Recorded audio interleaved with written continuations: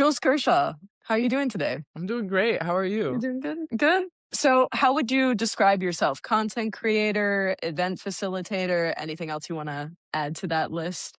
I mean, a professional lesbian. No, I'm just kidding. Only because I do create lesbian events here in Sweden, and Yeah. all of my life or my work, both the social media and the events we do, is centering the sapphic queer lesbian community. So that's kind of my whole identity, I guess. So in a way, I feel like I can consider myself a professional lesbian. Honestly, I think you should.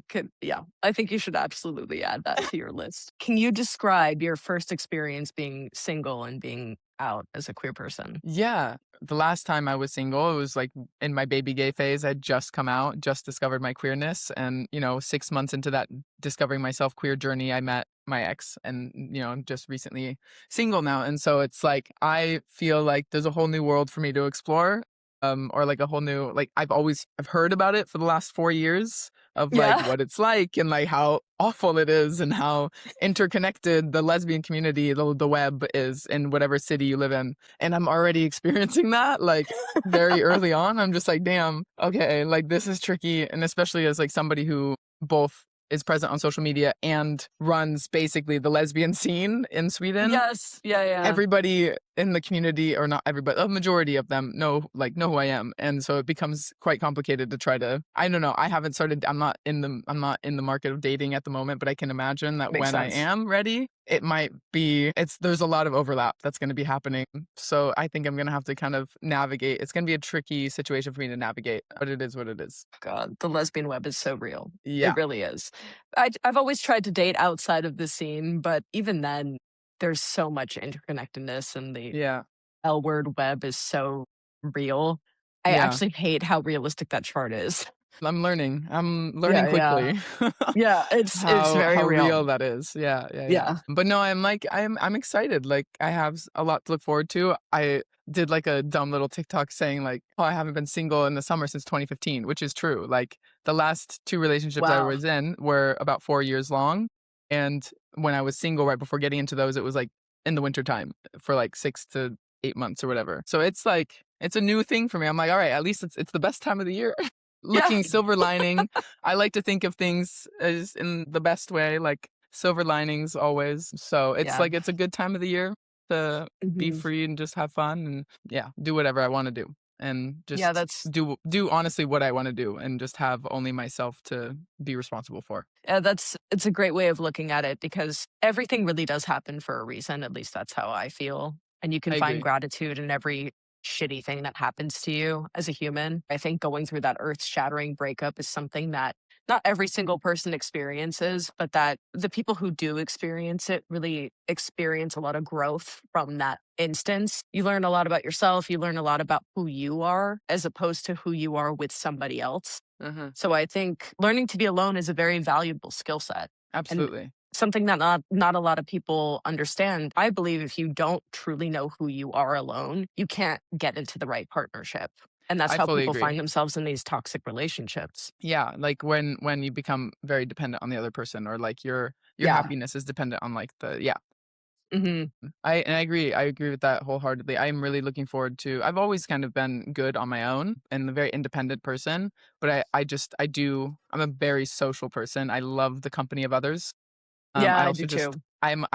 I just have a lot of love to give, and I think that's what I struggle with the most. Like I hinted at, like I feel like looking back at my previous relationships, the last two were 4 years long. I Yeah. wasn't single for an extended period of time before getting into those, like less than a year. And I think for me, like I'm trying to kind of, just be myself now and just focus on myself and focus on developing like deeper connections with my friendships and like putting Mhm. the love, like all that love that I have that I really want to give to someone, like I can give that to my friends. And Yeah. it just looks differently than how I was showing up for somebody else until recently. So it's like I'm looking forward to that and like figuring out different ways to heal and to show up for people and to develop connections and friendships and just find new friends. I've already like connected with so many different people that I, hadn't really hung out with before. And just this has opened up a whole new world of like people reaching out to me and wanting to like hang out and like making sure that I'm good. And like it's really been like people have reached out from all walks of life. People I haven't heard from in over 10 years have contacted me for my breakup because it went viral, or, it's on the The internet. video. Yeah, it's on the My internet. straight friends from like middle school, they were just like, I saw your video. I'm like, shit. Okay. They're like, are you good? I know. I'm like, I thought the algorithm maybe would have spared me on that one, but not quite. It's No, been really sweet. Like it's been really beautiful to hear and just to see the people who you've just come out of nowhere and just been like, I'm here for you if you need to talk, and like it's just really beautiful. And it's really shown me how much love that there is out there for me as well. Like people who love me and care for me, and then vice versa. Like the amount of people that I have now connected with through all of this heartbreak. Like I've gotten so much closer with so many people so quickly. And I'm so forever grateful for like the friendships that I've already like really connected with. everything happens for a reason, and you always have something to be grateful for, no matter how shitty a circumstance is. Mhm. And there's so much love that you can put into your platonic relationships. I believe that soulmates come in all different forms. I definitely have platonic soulmates. I've been single for a year and a half, I Mhm. believe. I think I got out of my last relationship at the end of March last year. So a little less than a year and a half. But in that time, I have spent and poured so much energy into my platonic friends, and we're at such a good spot, and they're my family. I'm Mhm. so grateful that I have them, because I'm also the type of person that loves and loves to love, loves to be around people. So the fact that I don't have a partner, yeah, I can get lonely sometimes for sure. Also, dating is very difficult, as we were just talking about, but I love my friends. They're really my family, and I'm so grateful that I have them. I genuinely don't know what I would do without them. That's so beautiful. Yeah. That's how I felt. Like I have my best friends here that, they're a couple, and pretty much all my friends here in Sweden are friends that I've got and I've come to learn in the last, within the lengths of the relationship that I was just got out of. So it's like they were our friends, Mhm. and it's not that there's been any necessarily sides that are being chosen, because that's not how I want to play this either. Like I still care for Yeah. my ex deeply. I want the best for them, but the way things are unraveling, like, people are really supporting me, and I really feel a lot of love around me. And my best friends have just been everything for me. Like they're the first people I called, even though they live here in Sweden and everything was happening in California. They were the first people I called. They were everything. And they were even here like for when I landed, because I had been gone for, over 2 months, and come back to an apartment that was a little picked out because Malin had come home earlier and like taken stuff. And so they were here and, waiting for me, and they were here for the first weekend that I was here. So I wasn't alone. And it was just like the most beautiful, like I felt so loved. I was just grateful for their Yeah. friendship. And I love them so much. Alicia and Anna, just throwing that out there. Love their See, that's so fiancés. They're going to get sweet. married next year. They're beautiful. I love them so much. And Yeah, I that am is like genuinely, my heart is so full for them. And then also like mhm. so many other people around me. That's what you need when you're going through something like this. It's so hard to be alone, especially when you come back to something as jarring as an empty apartment. I'm really happy they were there for you in that Yeah. moment. It was honestly And like the thing I need. Like that was yeah. the best thing for me, just to have people like comfort and to be around me for that first weekend. And then I was good. I was like able to Mhm. settle in a little bit, put some more things on the That's wall good. so it didn't feel so empty. And now Yeah. I'm good. Like I'm working on changing things, and yeah. It's a process. I mean, going through I feel like people downplay breakups, but they can really be, in a sense, like a death. I lost my mom to cancer. My mom and I were Mhm. best friends. So it's actually Mother's Day today, which Mother's Day I'm always sorry. sucks, but it's okay.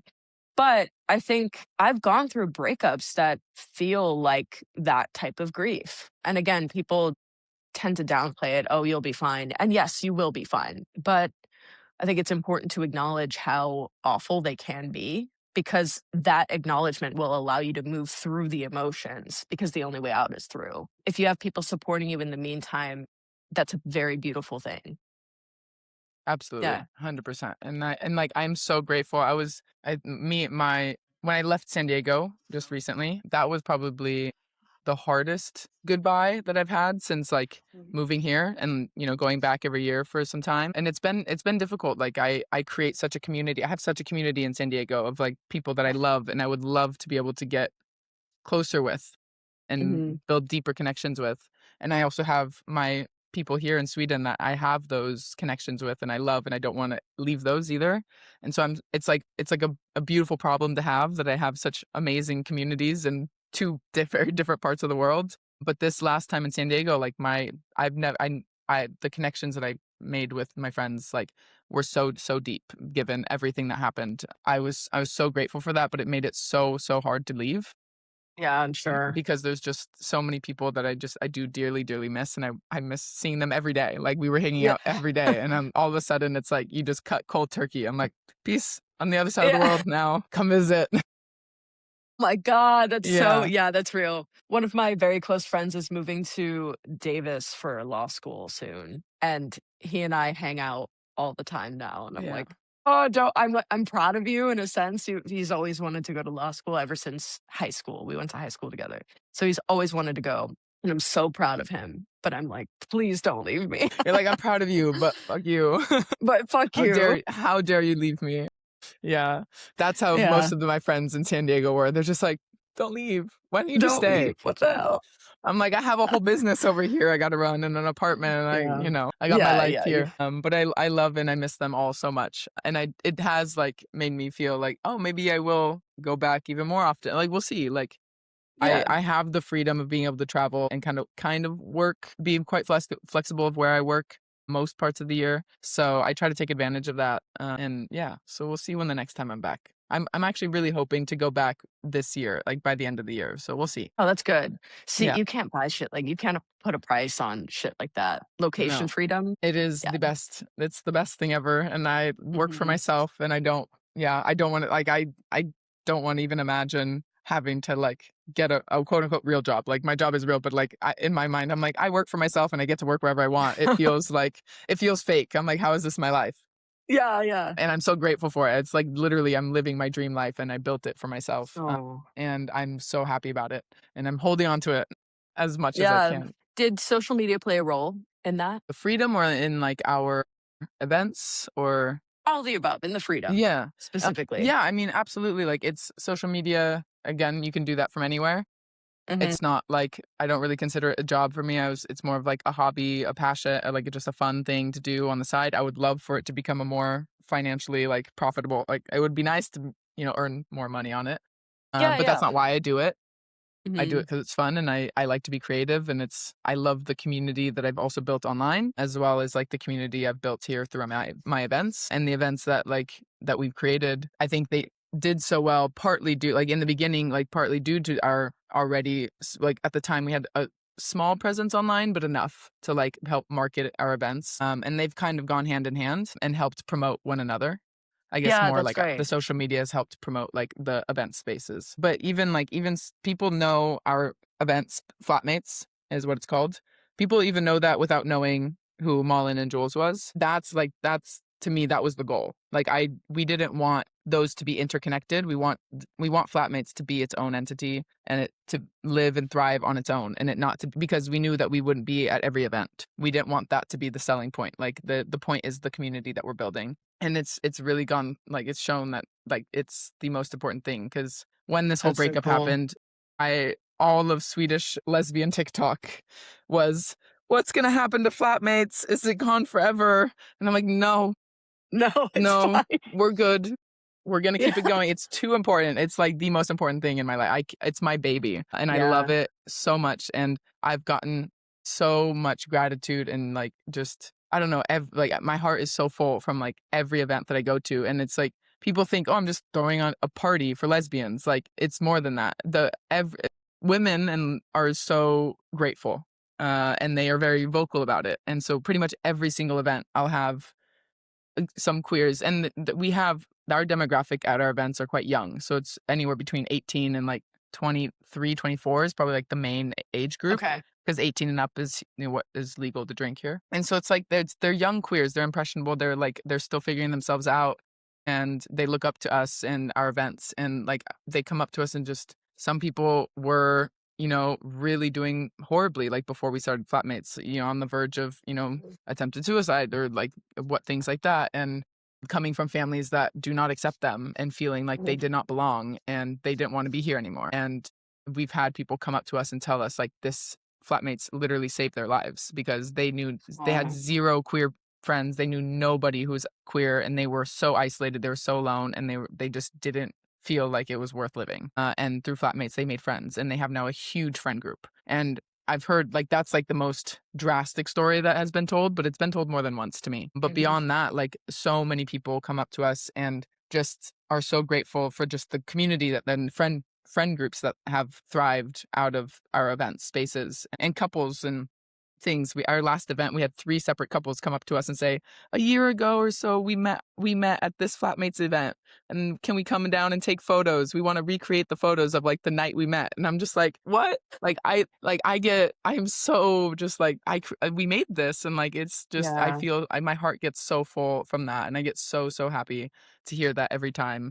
And I just love how vocal women are of when they are when they appreciate something, and yeah. it makes all those moments that's what really makes it all worthwhile. You took the words out of my mouth. That is exactly why you would start something like that, to It get that that and type of that was why. feedback. Yeah. Yeah. That was we felt like because when we started the event, I had just started building my own queer community around me, and I was building that through TikTok or through social media. And you start hyping somebody up in the comments. Oh, you also live in Sweden. Like, let me start like hyping you up, and then you become like social media friends, and then eventually you meet up. And that's how I started forming my queer community around me. And I realized for the first time I had not had like a queer friend group before, and I so quickly realized how important that was for me and my journey of feeling like secure in who I was and comfortable in who I was and just being able to express myself how I want around my friends and like my friends understanding my lived experience. Because, before that, all my friends were from my master's program. We were very different from one another. Not a lot of them were very queer. And I just felt like we didn't really understand one another on the same level, especially as somebody who presents very masculine and is Mhm, misgendered constantly. I just didn't feel like they could relate. And just for me, my queer community and my queer friend group has given me everything, and it was the most important thing for me. And I understood that, like there's that I wanted to provide that for other people. I wanted to provide a space for other people to build their own queer community, especially because there are a lot of queers here, but there's not a lot of queer culture in yeah. Sweden. Like there wasn't a lot of spaces that you can go to find other queer people, specifically queer women, non-binary, trans people. Like we have one gay bar, and it's, as many gay bars are, dominated by older gay men. It's not necessarily where you go to make friends your age within like your, people who you can relate to. Um, Oh my god, that's so so funny. That's the demographic I relate to most. is it really? Yes. I don't I don't know why. That's actually so funny. You're just like an old gay man in your past life. It's how I feel on the inside I all the love that. time. Even my mannerisms. I'm like, okay, this is a funny story and a total side note, but I was at the Grove the other day. It's a mall in LA. I was there the other day with a friend of mine, and the guy who's going off to or what am I saying? Davis for Davis, Lost yeah. Gloves. Yeah, yeah. So this is so funny, but the parking there is ridiculously expensive. They just rip your ass off, and At it's the mall. impossible to get. Yes, and it's impossible to get validation. So I walked into the Nordstrom, and you usually have to buy something, and I was like, "There's a gay man in his 40s working over at that counter," and I was like, "I'm gonna get this validation." Hell yeah, So I you walk are. over there. I walk over there. I'm like, "Hey, girl, can you just?" And he was like, "Well, normally you have to buy something, but I'll do it For for you." And I you. said, "Ah."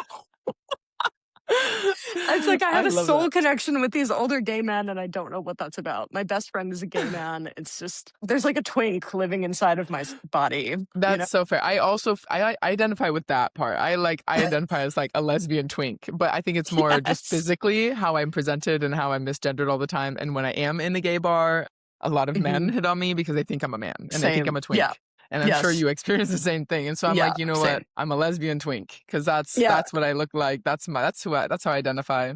My height Yeah. doesn't help with the misgendering. I think that's probably like a big factor How because tall I are am you? quite I'm 6 foot. What? Oh my God. I like that reaction though. Fucking stop. Oh my God. You're going to tower over me when we meet in Yeah. person. Yeah. I I'm tend to five do three. I'm that. tiny. Oh, shit. Okay. Yeah. Yeah. Yeah. Which that's the reaction that, hey, I like that too. I like that too. You thought I was taller. I did. I would I Yeah. make 5'6", 5'7". That would've been my guess. I don't know. No, I didn't I really give it a appreciate lot of that. thought. I wish. I wish I was that tall. No, I'm 5'3". I'm very short. But we You're like a 6 little feet tall? pocket-sized mask. Yeah, I am. Yeah, like, short It's the king. Swedish genes in me. I don't feel that tall here. I am still, like, the tallest lesbian around usually, or, like, Yeah. one of the taller ones, but it's not as drastic of a difference here in Sweden as opposed to, like, when I go back to San Diego, I'm constantly reminded by how much taller I am than people. Like, like, when I go out to the clubs or something, like a gay bar or whatever, I'm just like, I see over everyone, and there's you can't be, like, incognito, like, you are there. Like, Yeah, everyone you're sees you. present. Yeah. You gotta act right. I also tend to wear my daily shoes are my cowboy boots. So Oh, on the daily, great. I'm usually like 6'1.5" maybe. So I tower extra, and I like it. I'm like, yeah, That's why not? that's honestly great. I'm not gonna lie, I saw one of your videos that said you were 6 feet, and I was like, "Is this a bit, or is he actually 6 feet tall?" But it's so funny because I have a friend in LA that doesn't believe me, even though I tower over her. She's like, I need to actually measure you. Like, what if you're 5'11.5"? And I'm like, if I'm 5'11.5", that still warrants me saying I'm 6 foot, in my opinion. If a Yeah. man can go around being 5'9", calling himself 6 foot, I think if I'm 5'11.5", I could round up and just 6 foot is easier. I did wanna ask you this because there was a time in my life, especially when I first came out, that I was solely dating mask girls, and that kind of transitioned for me recently in the last few years where I've really only dated femme women. I would never X out anybody by any Mm. means, but when I moved to LA, I noticed that there was a lot of shame around mask for mask. Did you experience that in your relationship? We experienced most frequently that when we'd go into queer spaces, people would just assume we were friends. Yeah. But then when we would tell them we were a couple, 9.9 times out of 10, like 99.9% of the time, we would get the most beautiful reaction by people. Like, Oh, it was yeah, so lovely. Like, they're just like, oh my God, I love that so much. Like, like they just would just be gushing over it. And it was just just like, it would adoration. make me, yeah, it was just so sweet. It was really, really sweet. But like, the first off the bat, people would always assume we were just like friends.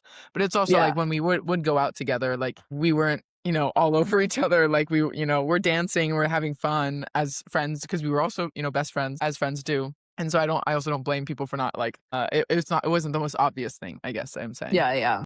I think a mask and a femme going just solo somewhere without even touching each other, people will just assume they're a couple. Yes, for sure. But I feel like for us, as like when we were mask for mask, like we had to basically be making out, and even then they're like, maybe they're just friends, maybe they're just having fun. Maybe they're I'm just like, having no, fun. yeah. So This is my I haven't girlfriend. gotten a lot of like negative reactions from people. Absolutely not. But I Aw. am curious, like I have heard that there is more talk, and I did experience like a bit more toxicity,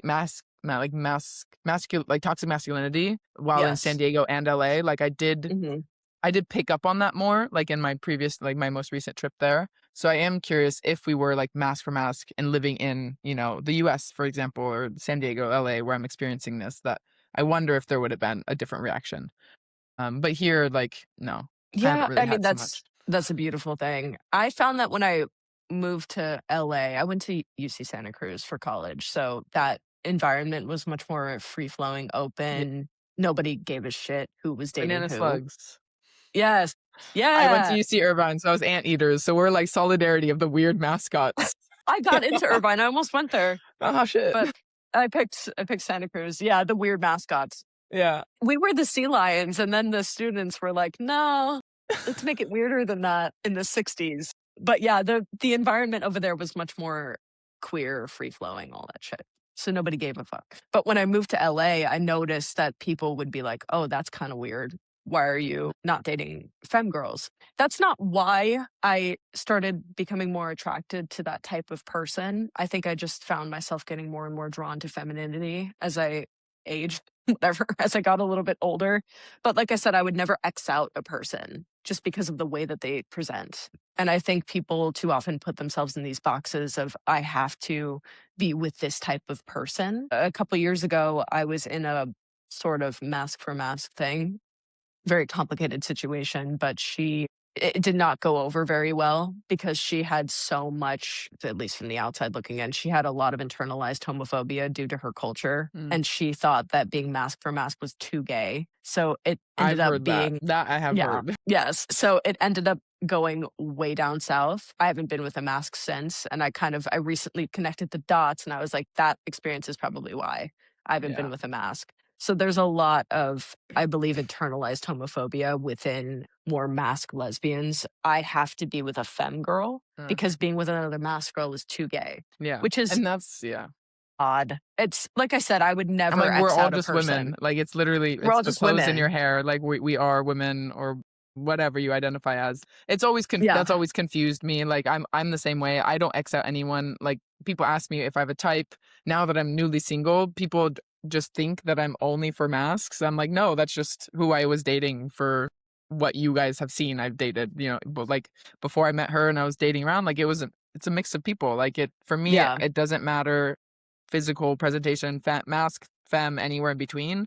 It's for me, it's if I'm attracted to somebody and I their personality, if we vibe, I'm really attracted to kindness and people who are funny and yeah, and it's just on a vibe kind of thing. I yeah. don't really care how you look mask femme wise. Like that I would never limit myself. And that was also something that I loved so much about our mask for mask presence that we had online. And just like partly something that I'm mourning is this what you're saying is that there are so many people who look at mask for mask and they're like, that's too gay, That's or too like gay. that's weird, or like why how can you be attracted to another mask? I'm like, how can I not? Like Mhm. as a mask myself, do you not look in the mirror and like and are you not looking and enjoying what you're looking at, like and comfortable and loving yourself and loving how you look? If you love yourself and love your masculinity and the way you present, like why can you not find that in somebody else as well? Yes. That was kind of how I viewed it. I was like, so if a mask person is just like, oh my god, I would never date another mask. For me, that just shows that you have a lot of work to do on loving yourself, and that's sad. And like that's kind of what was so important about like the community and like our presence online was just promoting mask for mask, and we were soft and we were gentle, we were emotional, like we're women just Mhm. because of how we look and whatever, like we're still women, and our relationship together was still so it was so beautiful, and it was so gentle, like it is oftentimes Yeah, in a lesbian dynamic. But 'cause yeah, you are and that's both like just women. yeah, yeah, and we're both very in touch with our emotions. Like, we're like, I think even yesterday, I just some woman, lesbian, I don't know, some toxic person was just like, so you are just a girl? Yeah. Yeah. What gave My that god, away? I get that all the time. I'm like, All the yeah, I time. am just a girl. Yeah. Like, just because I'm not out here acting like a man because I'm not a man. Like, I don't know. It was just so confusing. I'm like, yeah, I'm just a girl. Like, and I also I love presenting the way I do. I love confusing Mm. people. I love being androgynous. I love challenging people's ideas of what a woman can look like. I use both they pronouns. And who knows, that can always change. But I really do resonate a lot with womanhood and girlhood and I the do she, her too. pronouns. And Mhm. because I love girlhood. I love everything about it. I love my friends. And it's just like I would never want to leave that. And also I was raised as, I looked and presented very feminine all up until I was 24. Like my entire development was as a girl, that Mhm. typical girl. And so, and all that shit that society pressure puts on you and all the, male gaze and male appeasing and like doing everything for men and like all that stuff and having a like I've experienced all of girlhood, and just because I cut my hair and started dressing in baggier clothes, that doesn't take that away. And Yes, I think it people doesn't. forget that. People really do. And Oh, that's what yeah. I'm here to remind people that, we're just still girls, just Yeah. looking the way we do. I still want flowers, damn it. Yeah, yeah, yeah. I'm not a man. Like, don't treat me like a man. I'm soft. Like, I'm emotional. Yeah. I cry easy. I know, oh my god. You're speaking to my soul right now. I'm the exact same way. I think society will push us into these boxes again. You're masculine presenting, so that means you must have a masculine energy or more yang energy. That is not who I am. I'm very feminine, deeply feminine. I resonate with sisterhood and all that. Yeah. I went to a dance class recently and the instructor who's a friend of mine. She was like, "Yeah, girlhood, sisterhood." And I was like, "Oh my god, it's been a long time since I've been referred to as one of that." I was like, that. It felt so healing in a way because I'm also guilty of this. I put myself into the more masculine box, especially when I started dating more femme presenting women. I was like, oh, I need to be the gentleman. Don't get me wrong, I love doing that. Love opening the door for Mm. people, but I would do that for a mask. Just saying. Yeah, exactly, So and that's that because yeah, I'm the exact same way. I love doing that. I love taking care and, like, doing things for that, but I would do yes. that regardless of the person is femme or masc, like, that doesn't matter Yeah. to me. It's just something I enjoy to do. I've noticed that society will put more pressure on me to fulfill that role when I started dating more femme women. And the last girl I was with, she and I are friends now, and we talk about this. She knows this. But the entire time I was with her, she's bisexual. The entire time I was with her, I felt like in the back of my head, she's going to end up with a man because clearly she doesn't want this type of equal partnership. She wants to sink into her femininity and all of the shit that I can't do. Yeah, 'Cause I was like, I can't force myself out of my own biological wiring to make you soften because I'm also soft. I also need to be poured into. I'm also a woman at the end of the day. It doesn't matter mhm, how I present. And I feel like you're right. People do forget that. And there's so much beauty in being this glitch in the matrix, right? I feel like that type of representation doesn't, I'm not going to say it doesn't exist, but it's becoming more and more rare, especially because I think what's happening as masculine women is we're, again, society pushes us into these, you have to be man. And you see that in the toxic masculinity that these lesbians have yeah, within themselves and the way yeah. they treat their partners, the way they treat the people around them. And it's like, you're a girl too. And I And kind of just want to they shake them and be like, you're forgotten not a that. man. I don't Yeah. yeah, no. No, I like, the other day, we had our most recent flatmates event. It was, like, a dress your type, and I was just, like, having fun with it because I don't like I said, I don't really have a physical type. And I Mhm. have a wig because I did a transformed video, like, where they transformed me from me to high femme. It's on YouTube. Well, that's Really fun. funny. Yeah. It's a great video, like, yeah. And so I still have the wig, and I was like, "When am I gonna get to wear this wig? Like, this will be fun." And I had also not been to my own event since January, so I'd been gone for a long Mhm. time. We have events even when we're away. And so and I because, like, it's my baby, it's my child, like, everybody, all, like, the regulars, and they're, 10 years younger than me or, like, significantly younger, like, they look up and I miss them. I miss seeing them. And I show up or I'm at this event, with a wig on, with a whole Oh, different outfit, and, like, it was I wish I record I'm so bummed that I didn't have somebody, like, follow me around while I went and said recording. hi to people for the first time since because I hadn't seen them in many months, and they knew I was gonna be there, but, like, I'm walking up to them with this wig, and I'm like when I put this wig on, I go into my like, a different person, Oh, yeah, like, yeah. my mannerisms are just, like, they're so much more just, like, like and I, like, strut, and I'm working it, I really am, I'm like, "You know what? You're I like a drag kinda" queen. I really it's a drag for me because I don't miss long hair, and, like, I hated it, but it, like, for me, the drag performance, and it's so much fun, and I'm just like, "I actually would love to do this, like, this is actually so fun," because it's, like, it's just a show, it's a performance for me, Yeah, and, yeah. like, I went up, like, so many different times in the beginning of the night when people were, like, dropping in, and I just, like, walk up to them because I know that they know me, like, we're friends or acquaintances or whatever, and I, like, go up with them to them with so much confidence. I'm like, "Oh my god," like, "Hey."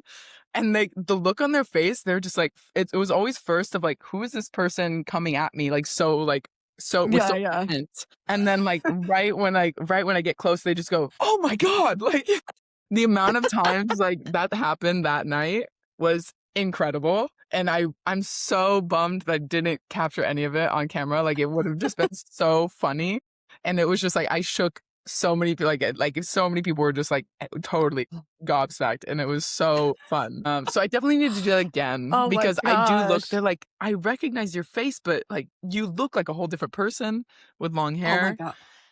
No, that And that needs to be yeah. a long form YouTube video. That's hilarious. I know, fuck, I need to do that again. When I did, like, the transformed video, and when they, like and because it was whole face makeup and outfit, so, like, I Mhm. did not look like myself at all, and, like, I eventually I had invited friends over for dinner for after the filming was done, and I didn't tell them at all, like, I just invited them to dinner, like, they just thought it Yeah, was a yeah. regular dinner, and that I have on video. I have video of, like, Oh, me that's opening great. the door, and they're don't even know who's opening the door. They're like, What? "This who am I in did I knock on the right door?" And then, like, it takes them a second, and they're just like, "What the fuck?" What the Like, fuck? and My it's the god, best. that's Like, they great. literally fall onto the floor just, like, being so, like, surprised. And I it's love so that. fun. And that makes me want to do it more. I'm like, that Yeah. brought me so much joy. I need to do something like that. You have to get a wig, get a Full good drag. wig, full Full drag. drag. They chose my whole outfit and my whole look. And I'm like, I'm keeping the wig. The rest of it I gave to my friends who would actually wear the clothes. Cause I'm like, I won't be wearing the Yes. heels, the skirt, or this bedazzled, sparkly top. As good as my back looks in it, because it was a full backless top. And I'm like, Oh, can yeah, I yeah. can I have like a mask version of this? Like I want a backless top because my back had never looked so good. And I was like, damn, like I need something like this, but I can't be wearing this bedazzled t-shirt, or not even this top. This top. But yeah, That's really something that I should do because it's so much fun. It's fun to just embrace your femininity in that way. absolutely. Actually, something that I love to do is show my mask friends me with long hair. Yeah. It's like, hang on a second. Like who No, dat? no, who that? But also, I was really young when I chopped my hair. I Okay. was 18, I Yeah. think. I came out at 17, and then I had this very intrusive thought. I was really attached to my long hair, so I think everyone was surprised when I wanted to cut it. But I had this very intrusive thought. I was in the car with my mom, and I was like, I want to cut my hair. This was at the beginning of my senior year. She goes, why do you want to do that? She was so afraid that I Yeah. would hate it. So she was like, I want my graduation pictures and I want my prom pictures, and then you can do whatever you want. I said, okay. So I made the appointment 10 months in advance. I had 10 months to change my mind. Yeah. And then a week after I graduated, I chopped it all off. I basically went from here to what I have now. Damn. And See, I my went mom, in stages. I didn't have the balls to go yeah, full short. full chop. It Yeah, was it no. was pretty ballsy, especially because I'd never done something like that before. It was always inches, centimeters off my hair. And my mom was in the corner with her purse like this. Just like terrified. But it was the cutest thing ever because after I did the reveal, I suppose, I put my hair up and she goes, "Oh my God, your confidence just went from here to here." 'Cause I That's so really sweet. struggled in high school. I really struggled with confidence. I was super insecure about the way I looked and Uh, who I was. I had so much shame around being queer, being gay. And when I cut my hair, it was like I released all of that energy. yeah. Obviously, it's not that simple. Confidence builds with time, and I was still But I really do think young. there's a lot that But gets held on into hair, especially like as a yes. mask presenting person. Like I've seen it myself, and I experienced it also myself. Like I have a video of when got my first mask haircut, because I went from long hair to like here, and that was Mhm. horrible because I have too thick hair. So it was just like So do I. not good. Yeah. And but I didn't have like I didn't have the confidence to like go full, like, or like I couldn't fully send it. And then from there I went to like the short hair, but like they didn't understand that I wanted it in a mask cut way. So it was like a Yeah. feminine cut, and it was really bad, and I was like I couldn't, I had to wear a hat every day. Like I couldn't style it. And then when I finally went and did like my first mask hair, it was a little different than this, but that I have a video of it, and I was just like, you can see just me looking at myself in the mirror, and there's just like a different look in my eyes. There's like a glimmer in my eyes of just like, whoa, Mhm. this is it. Like this is me, and it's just like I love it. I will never have long hair again unless it's a wig. Me neither. Yeah. I love my short hair. I don't know. Yeah. I mean, I never cared when I was feminine presenting. I never cared about fashion. I never cared about my hair. I didn't care about anything. I was very insecure in how I looked. I was not confident. I didn't like myself really, like honestly. And it's sad. And like I was also young, so that has a lot to do with it as well. Like just a lot of that comes with age, of just like growing into yourself and not caring Yeah. so much about what other people think. But most of it came from exploring my masculinity and dressing, because I'd always been interested in men's clothes. I was never Mhm. interested in women's clothing, but I just felt like that was what I had to wear. And I just remember always thinking to myself, like in high school and stuff, like admiring guys who dressed well and be like, damn, I wish I could dress. I wish I could wear those jeans. So, like, Yeah. as if I couldn't, because I thought It's that so that was off real. limits to me, you know? Mhm. And now I'm just like, I can, and I will, Yeah, you can. and I'll wear the fuck out of them. You really can because you are tall. I can, yeah. I felt the same way. Were you a tomboy as a kid? Absolutely. I have an older Yeah. brother, and all I wanted to wear was his clothes. And my mom was just Mhm. like, how about this pink glittery t-shirt? No, mom. I want No. to wear my brother's basketball shorts and my DC shoes and Oh my a baggy god. t-shirt. And yeah. And I was like a little skater tomboy. Like that was the Yeah, vibe. I Yeah. was too. I was the exact same way. and I'd just run to the boys section. Mm, My poor mother, she tried. She really tried. I had yeah. this god awful yellow Gap sweatshirt that I never wanted to take off. It was the same thing with the basketball shorts, and I forgot about the DC shoes. You just unlocked a Yeah. memory. We do come full circle. I was constantly playing sports. I had no interest in being with the girls. Also, the girls made me nervous. Didn't know why, but when I was little, I was like, I don't resonate with any of that. So I was Yeah. friends with the boys, and I was the only girl who played football. It was two-hand touch, but I remember We I have the same loved it. life. Yeah, same life. Yeah, same Like, vibe. this is you're telling my childhood story. Yes. I remember when I was in 5th grade, I think I was 12 at the time, I got I loved playing football, but I got a football to the face because I was a wide receiver. So I caught it and hit my tooth, chipped my tooth. Oh, shit. And my mom came to the school and she was like, "You're done. You're not playing this fucking sport again." All it takes So I is one played in chipped secret. tooth. I love that I you're mean, like, "And I played in secret." Yep, and yep, and definitely I still kept doing played. it. Yeah, And yeah, 100% kept doing it. But she was like, "You're never playing this sport again." Now I'm in a football league. Full love. circle.